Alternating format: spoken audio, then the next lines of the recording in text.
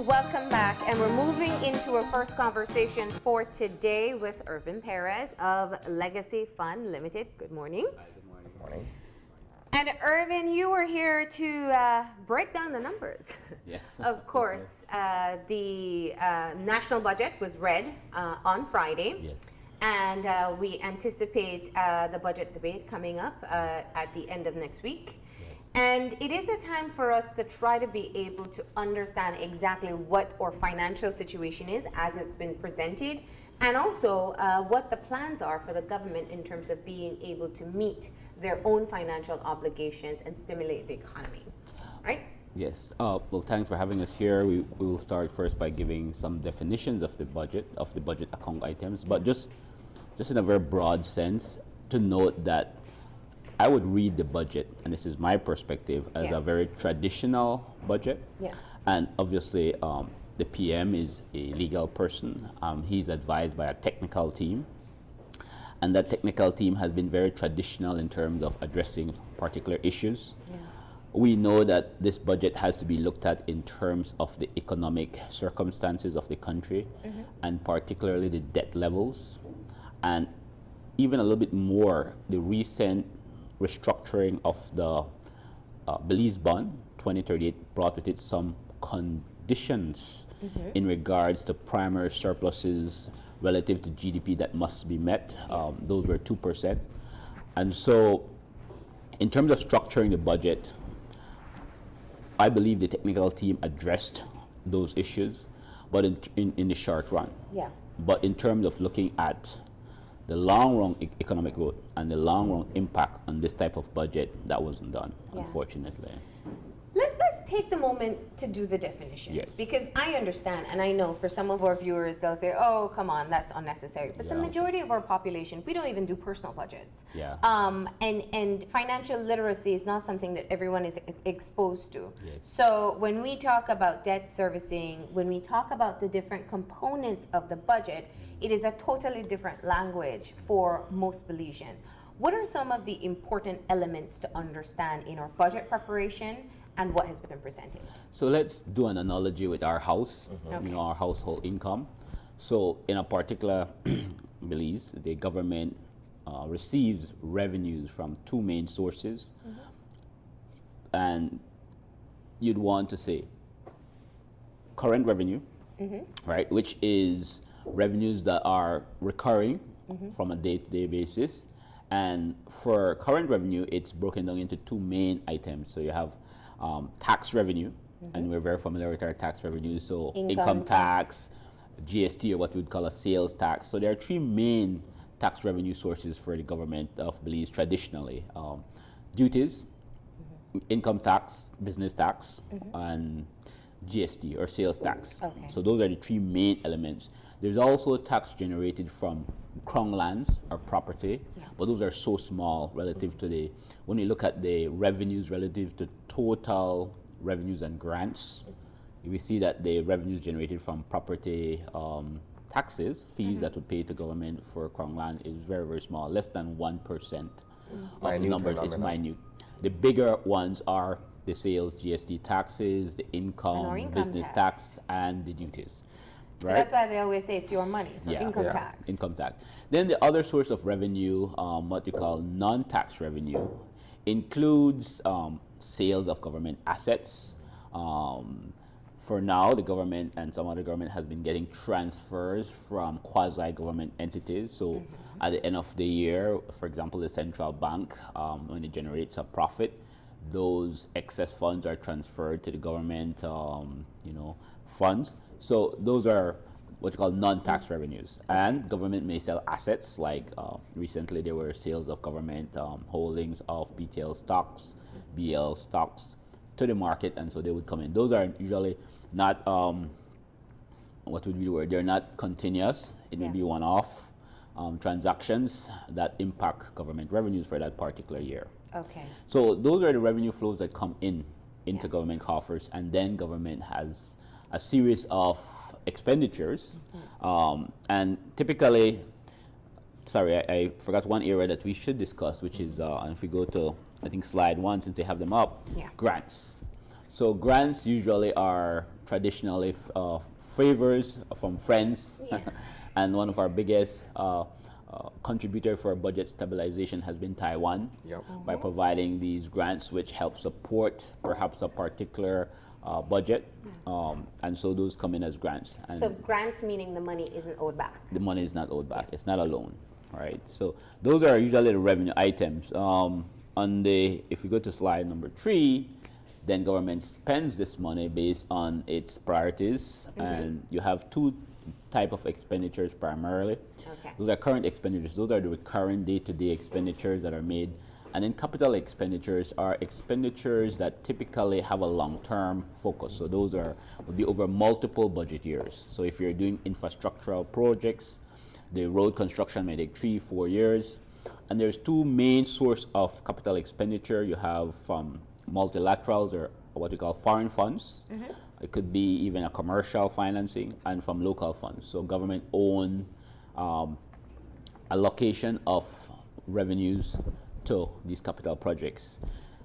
So those are, if we think about a household, somewhat similar, right? You have income that comes into your house, and then you make your expenditure based on your priorities.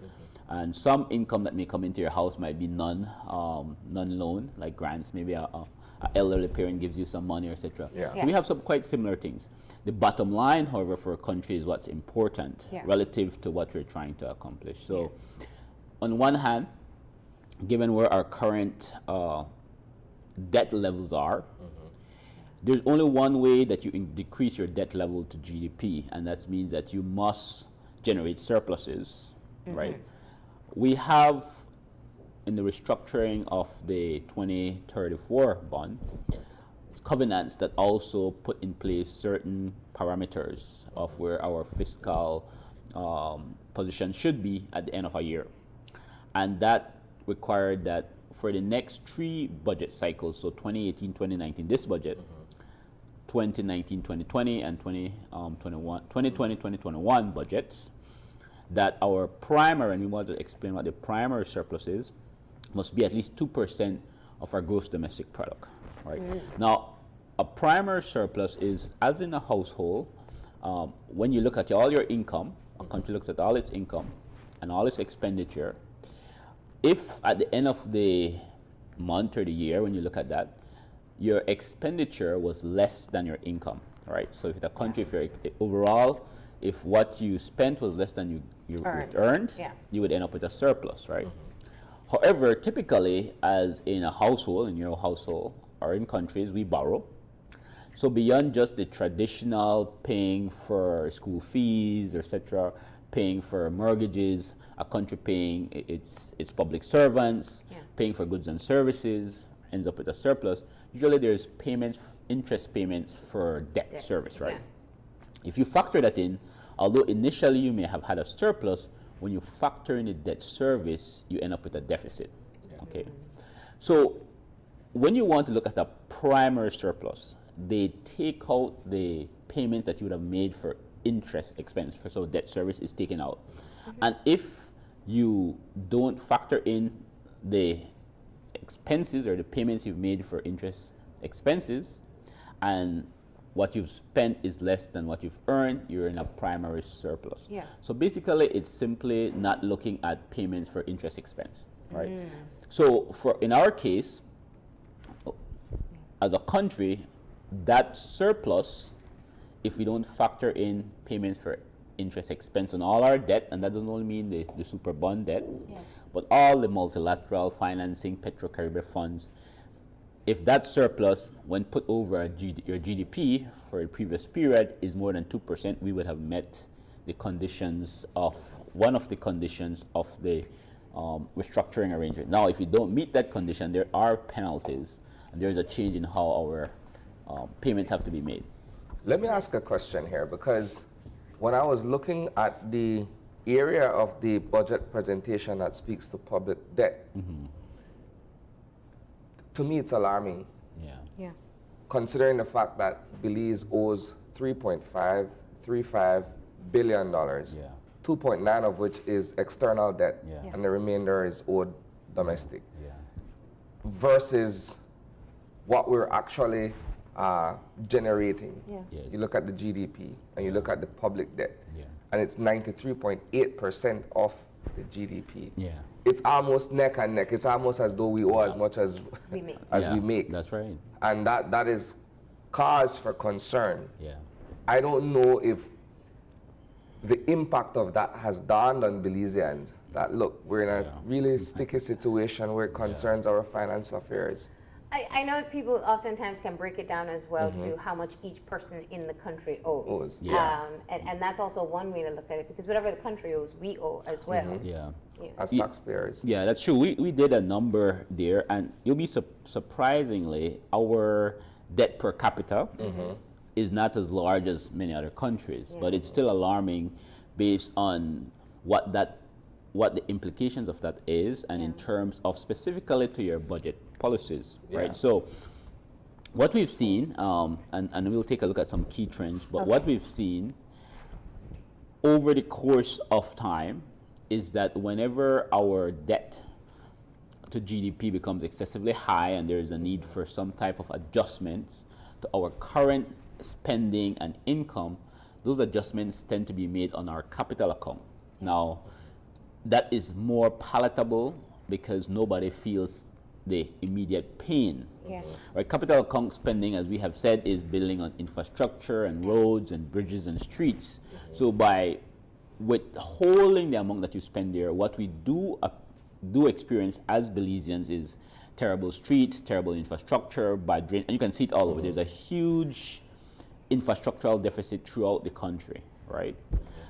But we continue to spend quite typically on the current expenditure, so wages, goods and services, and those are, and you're right to say that Belizeans have not come to terms with what has to take place, right?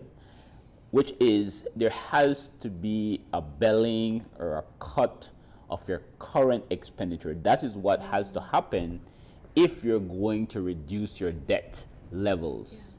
You know, a few years ago, there was a report that was leaked. There was an internal report on looking at the cost-saving measures within government. Yeah. And I think one of the things that when we talk about the budget, most people anticipate the budget to see where new taxes will be. Yeah.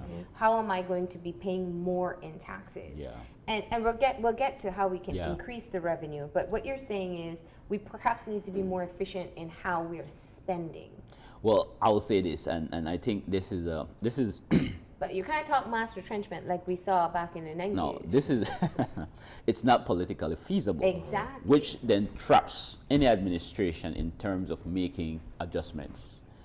Because while we want to tweak here and tweak there and we'll be more efficient at how government consumes in terms of vehicle and so forth, let's be honest, and I think it's time to be honest, that's not going to get us to where we want to go. Yeah. Yes, you can get some efficiency gains. So there can be some saving, whether it's a $5 million a year or $8 million a year by pooling the ministerial vehicles, for example. Not However, using them outside of work hours. however, I've always said this, However, if I could interject no problem. quickly. I've always said this. Look, if you run a company, Yeah, cutting back on operational expenses doesn't amount to making a profit. yeah, So, yes, while you're able to curtail on such expenses, you're only saving so much. yeah, The onus is on you to be able to drive Generate revenue. and generate Yeah. means of income otherwise. yeah. And you're absolutely right. Governments are in the same boat. The challenge with government in terms of managing their revenue and expenditure is that while in a company, as the owners of the company, you may say, you know what, we're prepared to take some pain and reduce our labor costs by retrenchment or reallocation or whatever you want, rationalization, and your employees are separated. There's not a political consequence to you as the owner. Yeah. Yeah. Yeah. And government, on the other hand, it's serving the people, and so you have to be re-elected. Yeah. So in terms of ability to make those hard adjustments, very difficult. Yeah. I mean, we see that over the past couple of years, the public servants have asked for and have received wage increases. Now, this is wage increases when you are in a huge debt to GDP level. I mean, we have been there for some time. So wage increases are coming on top of the need to rationalize or to reduce your expenditure. You know, this is an oxymoron because wage increases are current expenditure, meaning that once you've increased those wages, it continues to increase year after year. You're gonna meet those numbers. So then goods and services. No, everybody, if you listen to all the radio, everybody wants more money. Every department needs more resources. When we hear a child is brutally murdered or killed, the department says we're under-resourced, we're understaffed, there's not enough money. Incursions in the Chicabo, not enough boots on the ground. You know, so every service of government is demanding more, not less. So where does the cut come so that you can reach these numbers? It's just like if you're in your home. Once you've gotten used to a certain quality of life in your home, and you know, here what, we have such a huge debt level, my credit card bills are so high, I need to make some current cuts now. I need to reduce my current consumption as a country. Who is willing to pay? Are we going to take out the AC because it's, you know, we can save on the AC, but it's so hot? Are we going to catch public transportation and park the vehicle? Oh, it's so uncomfortable, right? Or go from private school to public school. I can't do that. My personal ego doesn't allow me to take my kids out of a private school and put them in a public school, or the quality of the public school might not be desirable. So there's all these difficult choices, and as a country, we are faced with the same type of very difficult decisions, and we are unprepared to make them. I'm glad that you've laid that out. I want to kind of go back a bit to what you said initially, right? Where, for instance, the government is focused on roads and infrastructure work and what have you. And they have been known for that in terms of this particular administration, despite heavy criticism for having done so. Matter of fact, it sort of came in with this whole notion of, okay, we're going to invest heavily in infrastructure work and other forms of tangible development, if I may. To curtail on that, to be able to save money, politically, it goes against the very nature of the administration that is currently in place. Right. I just wanted to ask because you know, you said that some of the cost-saving measures perhaps won't amount to much, and I feel that that's a point that perhaps I don't particularly agree with. I think it's not only cost-saving in terms of parking a car. I mean, how much fuel? It's not right. It's illegal. But the point is, there are savings that can be made. But I also look at the issue of contract workers. People who are paid to do jobs, and we have paid persons in those roles. Maybe not being utilized. They may be overworked and you need extra. Or even proper vetting of contracts to ensure, if it is infrastructure work, to ensure that you're getting bang for your buck. And that's where some of the oversight departments come into play. Let's look at the famous Cheddar Street Boulevard. That has been done and has to be has to be done over. They've said it very clearly. It will have to be completely done over from scratch. That's a waste of resources that we simply don't have. So is it really true that cutting back or being more efficient won't help in being able to cut down on the deficit? No. And let's see if I can clarify. I think those things are symbolic. Meaning that, yes, when government brings all stakeholders to the table, it has to show good faith, right? When you're talking to the public servants about we're going to have a wage freeze and we're going to have a gradual reduction of our wage bill to our recurrent revenue because that wage freeze over time is basically capping what we're paying on that. When government says to all departments, you know, we're going to be curtailing expenditure. So there's going to be no additional allocation beyond, we're going to cap all our expenditure at this level for the next foreseeable 3 or 4 years. There has to be, from the stakeholders' perspective, kind of a symbolic, or what you'd call, government has to offer something. So what you're talking about, Marlene, is what we'd say is what we call proper signaling in economics. So proper signaling in economics means that I'm going to do all the right things, right, to show you that I'm serious about where we are. But you need to do the right things as well for you to understand that we are serious. So, in one hand, increasing, and public servants will be upset, but increasing public servants' wages in an austerity time doesn't work. Economically, it doesn't work. It doesn't work. But the government has not been able to get the goodwill because it has not probably shown the signals. So you have to signal correctly in economics. You have to say, okay, we're going to be taking some pain here as a government, So let's do it personally. So perhaps we're going to cap ministers' salaries. We're going to take away a lot of perks. We're going to make some personal sacrifice as a leadership. Yeah. But we're going to have to ask you to do the same. And that's what we have not done as a country, and we have not done so for over the last 20 years. What we've done is we've borrowed into the future. So we're taking away from our kids and the future generation the opportunity to live a better quality of life because we're consuming too much in this generation. And Belizeans don't want to hear that, but we are consuming more than we should. And what is happening, you mentioned the capital expenditure, but if you watch the trends, the capital expenditure is where the adjustments are being made when it comes to fiscal adjustment.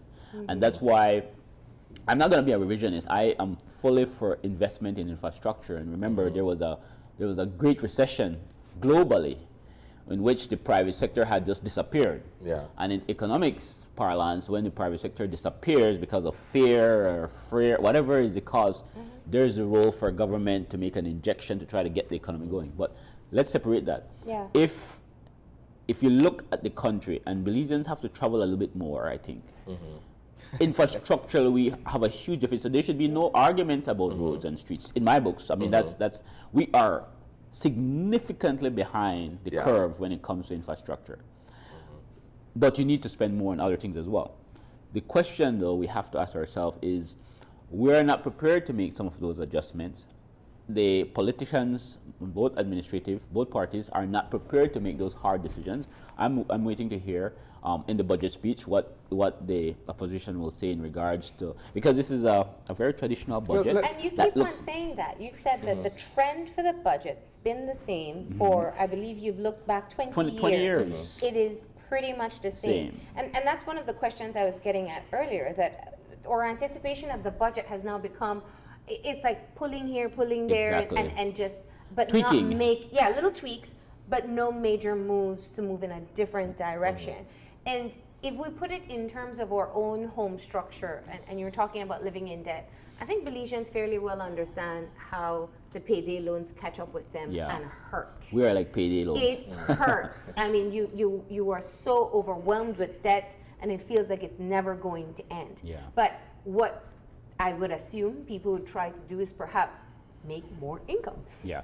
And this is where we hear the complaints from the private sector, that they feel that instead of helping to create more opportunities to make money, it's just pulling more from the little bit that they do make, or what they feel is the little bit that they make.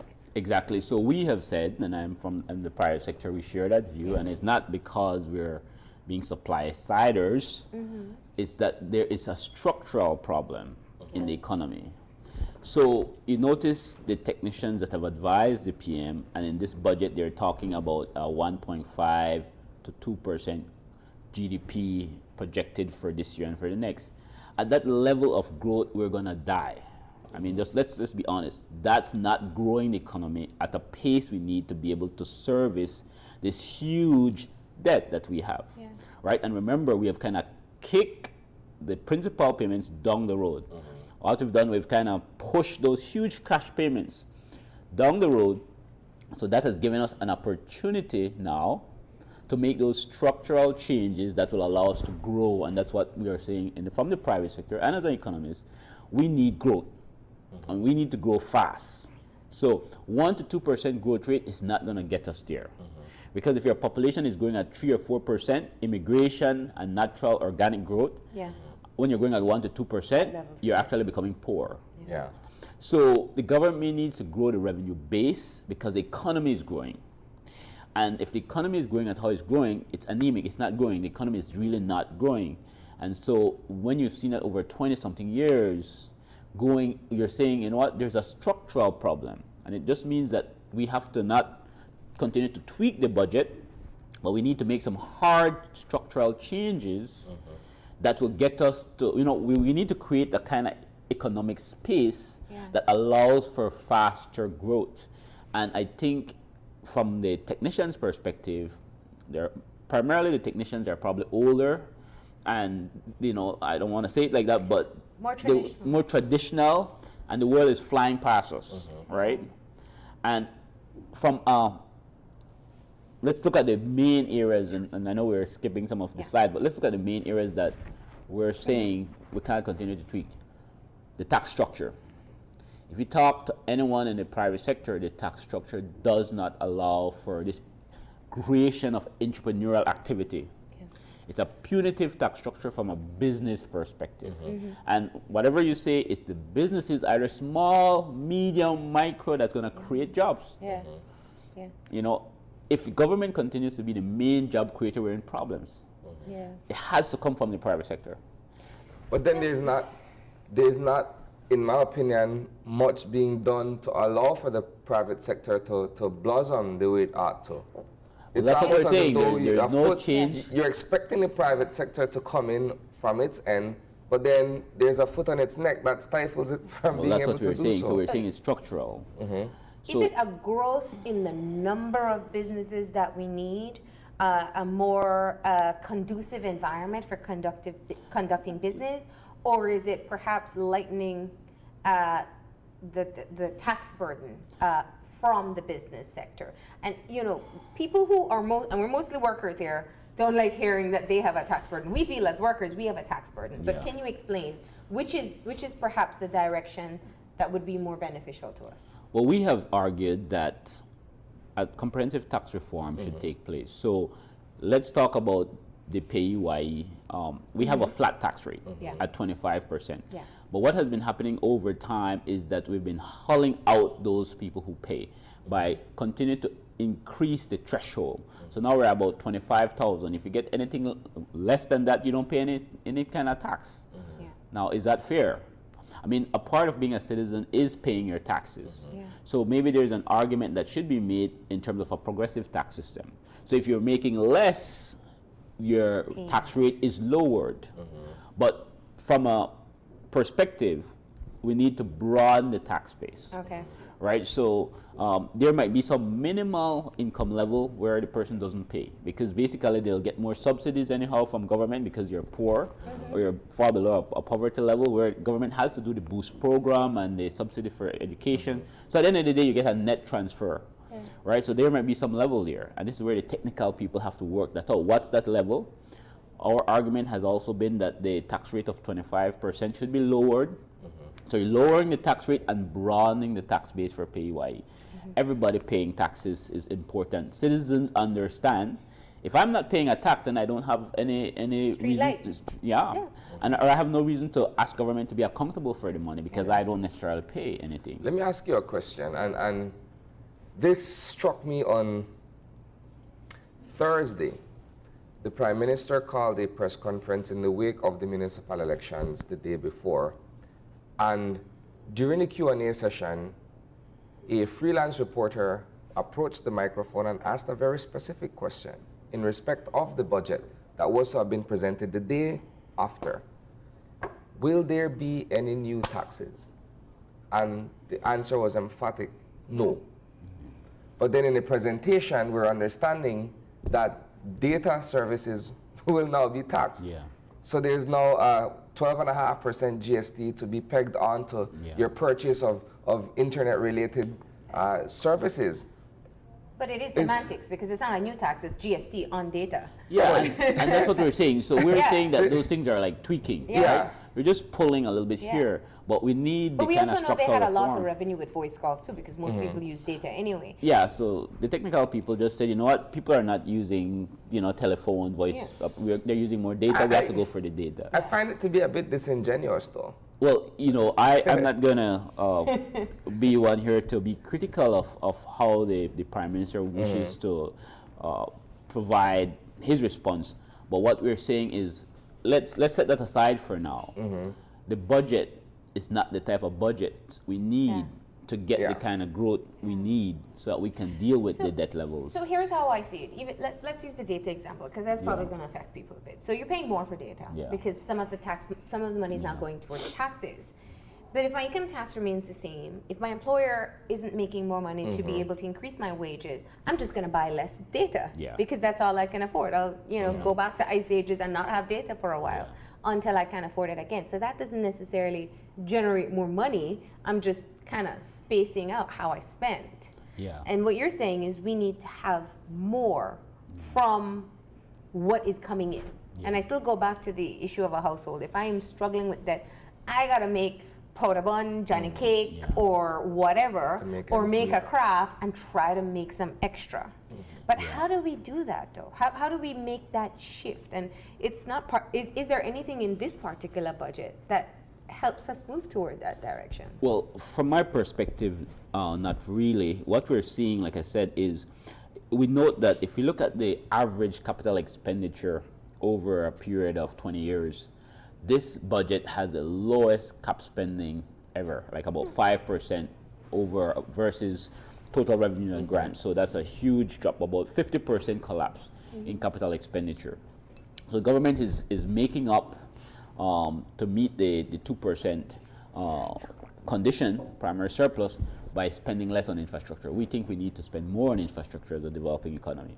So what happens is that we're not touching our current expenditures. I mean, our current expenditures has remained basically where they are, with a little tweaking here, a little tweaking there, but not making any significant strides there. So the tax reforms, we mentioned we need more businesses. And one of the things, we talk a little bit about the PAYE. So one, lower the tax rate, create the progressive tax system, everybody pays taxes. We need to broaden the tax base. But from the business perspective, the business tax is a killer to business creation because you're taxing businesses on a gross of their revenue. Now that might work perfectly for professional lawyers, etc. It doesn't work for capital expenditure and for the kind of business that we're looking for, manufacturing, etc., that need to create the jobs, service sector business that need to create the jobs for growth, right? And so what you've seen over the last period since this business tax, and this is previous administration and this administration, has not dealt with looking at the corporate tax structure because it's a simple tax. The business tax is very simple, you pay on your gross, very basic. But What it do we doesn't do attribute that to? anything. What do we attribute that either lack of focus or the fact that we altogether discard what you're saying should be the primary focus here on the business tax reform? Because it's hard. I mean, so you need the technical people to start doing their work. It's hard because what had happened previously before the business tax, there was a lot of funny accounting by business people, you want to say, because you would be paying on your profit. You can tweak your accounting to always show losses, so you at the end of the day you don't pay a tax. Yeah. While from a personal perspective, you're benefiting from what your business is doing. We have to find a way of balancing it, and I think there's enough qualified, certified public accountants now to work along with the administration. Here is how we can get there, right? So you have that. Then in terms of the public service, we need to have pension reform. I mean, so I'm saying corporate tax restructuring, PAY restructuring, and then if we talk about public service, restructuring of the pension system. The pension system, if we looked at the numbers in 2001, 2002, it was approximately only $25 million. Right now, the budget that the Prime Minister read was about $92 million. That's about a 400% increase. Is it in increased number of workers Yeah, because that are retiring? not only that, but we're living longer. Yeah. So your And we're pension an aging bill, society. your pension bill is going to grow, and it's not a sustainable. It's not a sustainable condition. Now, we're not saying that this is something that has to be done hard and fast, but you have to grandfather it out. I mean, you have to say, okay, we can't be affording $92 million a year on pensions, given our current financial position. Remember, everything is contingent on where you are financially. And if there is a way of saving on that, so most pension systems that have been created in the private sector are contributory. You want a pension, you will put something and your employer puts something. That's where the public pension system has to go. Maybe there are more benefits being a public servant, how the government wants to contribute as the Yeah. employer Yeah. to that pension system. But let's go to that to make it beneficial. Okay. So, and then finally, the financial markets. So we've said the need for financial market reform is important. Central bank has done a lot in terms of the payment platform. But in terms of the market that allows entrepreneurism and the new companies to start and to grow, where we don't have those. Yeah. The challenge with any administration is to get the stakeholders together to have this conversation. It's kind of like a serious conversation. It's like in your house, right? You have to get your wife, your kids, everybody around that table if you have to make that hard decision.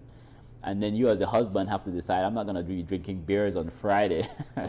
Or if you're the head of the house, you have to show symbolically that you're going to be prepared to make sacrifices, and then you're going to ask your children, your wife, and everybody else. Or if you're the wife, you're going to ask your husband and your children to make the sacrifices together so that we can get there. And that's, I think, with a goal in mind. With a goal in mind. So you spoke pension reform, tax reform, and the last one you just Financial market reform. Financial market reform. Now, my question has to do with looking at some of the sectors that we do see performing well, and why they don't translate into tangible changes within what we see within our economy. So we know tourism is booming, for example, 9%. and we see private investment as a result of tourism. Yeah. How is it that these particular growths don't translate into a change in what we typically see with our economy? So one thing about the tourism industry, because it has become so global, and the financial technology in tourism has allowed that for a country where you're the destination point of the tourists, perhaps you might get $5 or 5 cents on a dollar that individual pays to land in your country. Okay. Meaning that a bulk of the cash flows, the revenues from the tourist product doesn't reside here. If you think about it, when you count all the middlemen in terms of getting the tourists from US to Belize to do a tour, the layers that are in between, the payments are all lodged outside. Okay. So for the tourism business, which is growing rapidly and creating primarily employees, most of the revenues from that don't land in country. Okay. And so why you'll have some economists always argue that the tourism, the service industry is usually at the ice cream on the cake, and you have to create the fundamental manufacturing service structures. Need the cake to hold it. Yeah. Okay. You don't capture a lot of the revenues from the tourist product. We have to find a way of doing it, but with technology now, it's very difficult. Yeah. You book your trip in with a booking agent outside. They capture most of the revenues. We typically say the provider of the tourist service here only brings into country what it needs to pay for the resources here. Yeah. The labor, pay for the tour operator, and if you hear from the tour operators, they're saying the cost of tours and so are collapsing. Yeah. Right? So that was one question I had, but I think we should, and I appreciate what we spoke about in terms of understanding what direction we can go and need to go, but we've already had the budget presented. Yeah. So Ervin, tell us, what are the highlights of the 2018 budget? Well, we let's spoke see. of the need to cut down on spending, so we can talk about that, but also I want to hear about how the 2018 budget is proposing to increase our revenues. So on the revenue side, I mean, when you look at the change in tax revenue for the 2018-2019 budget, it's marginal. The main areas for revenue growth, as the Prime Minister has said, is just kind of broadening the GST tax base. Yeah. Moving, putting GST on data services, broadening the social fee charge in the free zone, 3% across other products, and on the expenditure side, there are little changes in the wage bill. So the wages and salaries was in the previous budget was about 38% of the total revenue and grant. This year it's about 36, and the average over the last 20 years is about 37. So there's not much changes there, and that's what I'm saying. If you look at goods and services, the 2017 let's go back 2016, 2017 budget is about 20% of total revenues and grants. 2017, 2018 about 20%. This year budget 20%. So there's not a lot of change there. Subsidies and grants, again, 2016 it was about 15% of total revenues and grants. 2017, 2018 15.2%. This year budget 15.1%. Again, where the big cut has come on this budget is in capital expenditure. Yeah. So on average, capital expenditure has been about, over the last 20 years, has been about 26% of total revenue and grants. All right. This year has been the lowest. This year's budget and the previous year's budget, it is down to 5.3%. Yeah. So that's what we're saying. The cuts are coming on the capital side of the expenditure. There's not a lot of adjustment taking place on the current expenditure side. And so what you're going to see, why the economy, if the private sector doesn't get going and the public sector capital expenditure falls, the economy is not going to go very well. I mean, it's going to be very slow growth, right? So that's what we're seeing. The cuts are coming from the capital expenditure side, not from the current expenditure side. And that's where, I'm not a fan of the IMF, but that's where the IMF has been saying that your capital expenditure is, and let's explain like this. Your capital expenditure is how you invest in the future.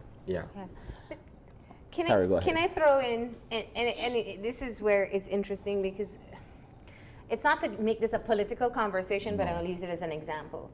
The People's United Party ran a successful campaign on We Can't Eat Streets. And I think it resonated with people because we saw a lot, and this was a municipal election, we saw a lot of infrastructure work, and I think it didn't translate necessarily into affecting people's lives directly.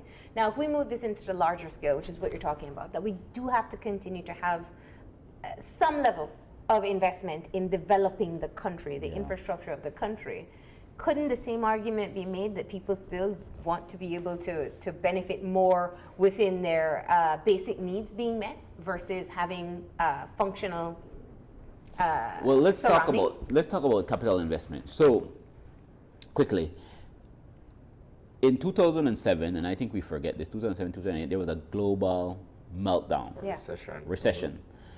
Nothing was happening from the private sector in Belize. Any good Eastern economist will tell you there is a need for government to step into the void, as it was done all over the world, and create demand. That's what you're trying to do. Now, Belize has a huge capital infrastructure deficit.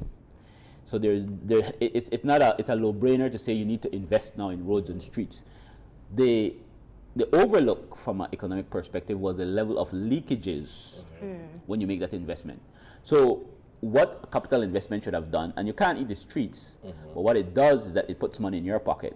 If I'm building streets in your neighborhood, and your neighbors and your community is the one involved in the building of the streets, then I'm putting money into your pocket for you to consume. And that was what the idea was about. If you remember the Cisco Woods project that we had discussed, it was actually building in the most gang-infested, difficult neighborhoods and employing the same gangs, the same young man. Everybody was like, wow, that's great. So we were forgetting all of that.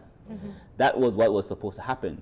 And what happened in that period, gang violence collapsed. We had the lowest murder rate in that particular year when that project was going strong because the involvement of the gangs in fixing their own roads and streets, and so it was a win-win. You're fixing infrastructure. Said, well, would they eat? No, everybody they eat. Exactly. So that's what capital projects are supposed to do.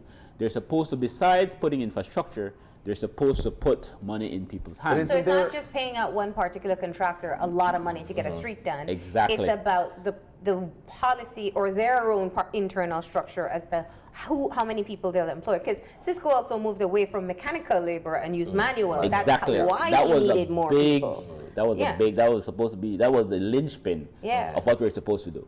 But we don't see that as much anymore. It's moved away, right? Can it be argued as well, though, that, and like I said, well, like Marlene said, we hate to have to make it a political conversation, but it's worth having nonetheless.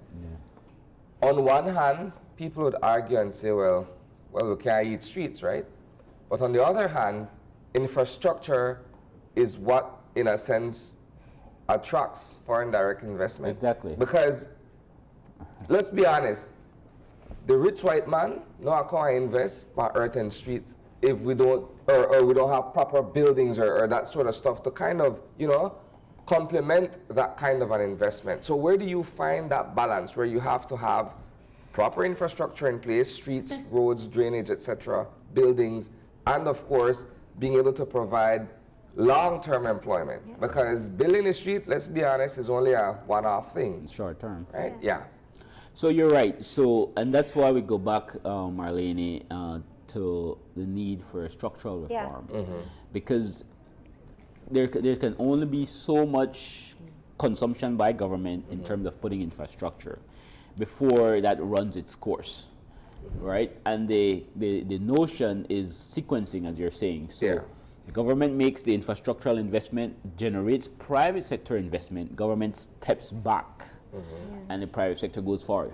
So what we're saying here is because structurally, the local private sector are hamstringed by the tax structure to make those kind of investments. So for example, a very basic thing, in most other countries, capital investment by private companies and big public companies are written off against your income. Yeah. There's a capital, it's called depreciation. You depreciate your assets on your P&L. And therefore, it lowers your profits. That's not done here. So there's no benefit to capital investments from a private sector perspective. You just have to eat everything, basically. And so it's difficult to say, okay, we continue to make investments when there's no rewards for doing that. That's just one thing there. But you're right. The budget is, if we look back at the budget is traditional. It's tweaking, and yes, people there might be new taxes. You might want to fall in, whether it is new taxes or no taxes, it's just a transfer of your tax base. But at the end of the day, we are right where we are before, and we're not closer to putting forward a budget plan. And this is, and I'll say this, not talking politics, but what the country needs is a stakeholders meeting. So one of the things that the chamber had mentioned is that there was limited consultation in getting to this budget, right? And what is needed is maximum consultation on getting to a budget that provides prosperity. And that's what we don't have a budget going over the last, I'd say 10, 20 years. We're not having a budget that speaks to prosperity. We're having a budget that says we're gonna get by. But that has its limits because it works now because we're only paying a low interest expense on debt. So speaking to this administration, they have done well in moving us to a position where we have the space to have this serious conversation. Because essentially what you're saying is your larger payment is later on down the road. Yes. And if you were to look at it, it gives us the time now to make more that we'll be able to make that payment. And to make the adjustments. Exactly.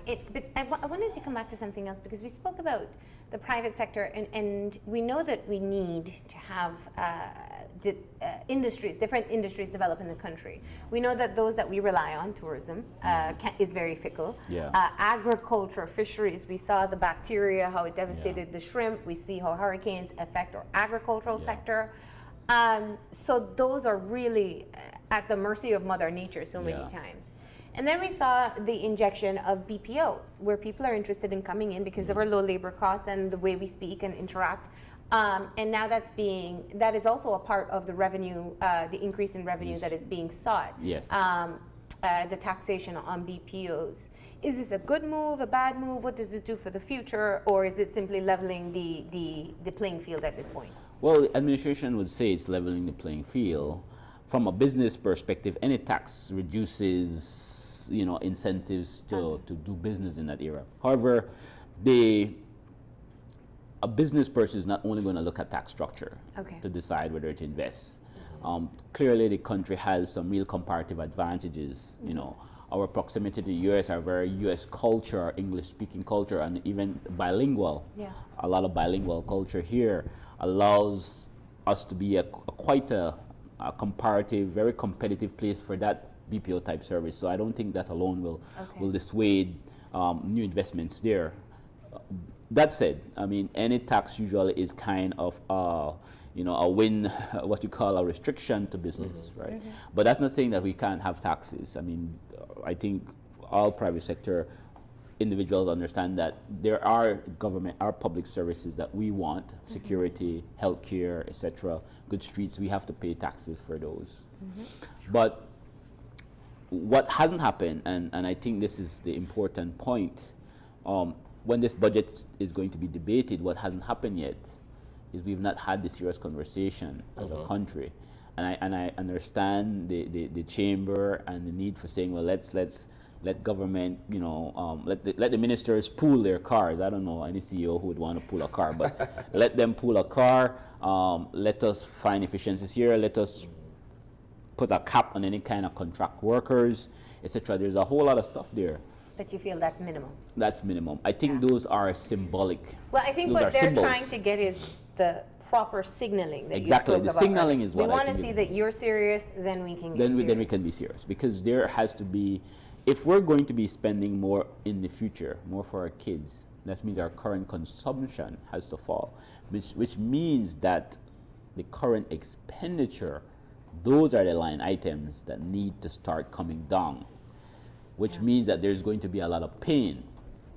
Because if you're going to cap wage, if you're going to look at pensions, if you're going to look at goods and services, there is somebody on the other side of that financial transaction that's going to get less. And that person has to be prepared to say, okay, I'm prepared to do more with less so that we can, in the long run, deal with this issue. Let's close off with a bit of highlight and low light, right? What concerns you the most of the budget that's been presented? That we lost an opportunity to have a very serious conversation. Understand we're in the political cycle, and that may not take place until the next general election, which then we lose another 2 years to get there. But at some point, we have to have a serious conversation as a country about what we're going to do. You spoke very, very eloquently about having a debt level that is basically at your GDP level, 100%. And so I wanted to touch that too, I forgot, because obviously there's always argument over numbers as semantics. Is it 100, is it 90, is it somewhere in between? It really doesn't matter. I mean, it's about the same, right? You run out the nearest 10, the hundreds. I'm just saying, because in this terms is a of big... just the adequate numbers, you're talking about between 25 to 40% debt to GDP level. That's what would be considered. We are way above that, so whether it's at 90 or 95 or 80, we're still very high, and even the trajectory that we're trying to get, which is 80% debt level to GDP, that is still high. So, Belizeans will become used to payday loans, and it's gonna kill us if we don't make the adjustments. I think what we'd want to see in budgets going forward, and I understand, as you will understand, the PM, the Ministry of Finance, is advised by technical individuals to say, this is what we can get. I think we need to be more innovative and creative in terms of that. We need a budget that allows us to have a real conversation, and so that we can actually think about the future for our kids. Well, so your highlight, is there anything promising from the budget? Well, I don't know if I am we're not going to have any. There's not going to be anything dramatic. So that's good. I mean, if you're looking at, there's no. I severely doubt that a lot of people will stop using data because of the GST. Sorry, I mean, you can speak to the United States through your WhatsApp for basically free. So paying 12.5%. It's not going to have a major impact on data there. Perhaps in the service sector that may use data and then have a cost, they may pass that on to their clients, right? So, and again, from the business sector, GST is a pass-through tax. So, from a consumption perspective, no. So, looking at the budget overall, it's same all as same all. I don't think we're going to see any major changes. We're not going to have much done. So, in the short term, we're all good. I think in the short term, we're all good. But we're still worried about our concern is long term. Well, thank you very much for breaking down and demystifying the budget process. And I think, you know, there was a lot of issues that you raised this morning that really has been food for thought. We know we'll continue hearing from the opposition, we'll hear from the different sectors, their response to the budget, but we really wanted to set the tone as to what the numbers actually mean. So thank you very much, Ervin. You're welcome. We're going to go ahead and take a break, and when we come back, we'll be joined by our women's panel to talk about Women's Month, so stay tuned.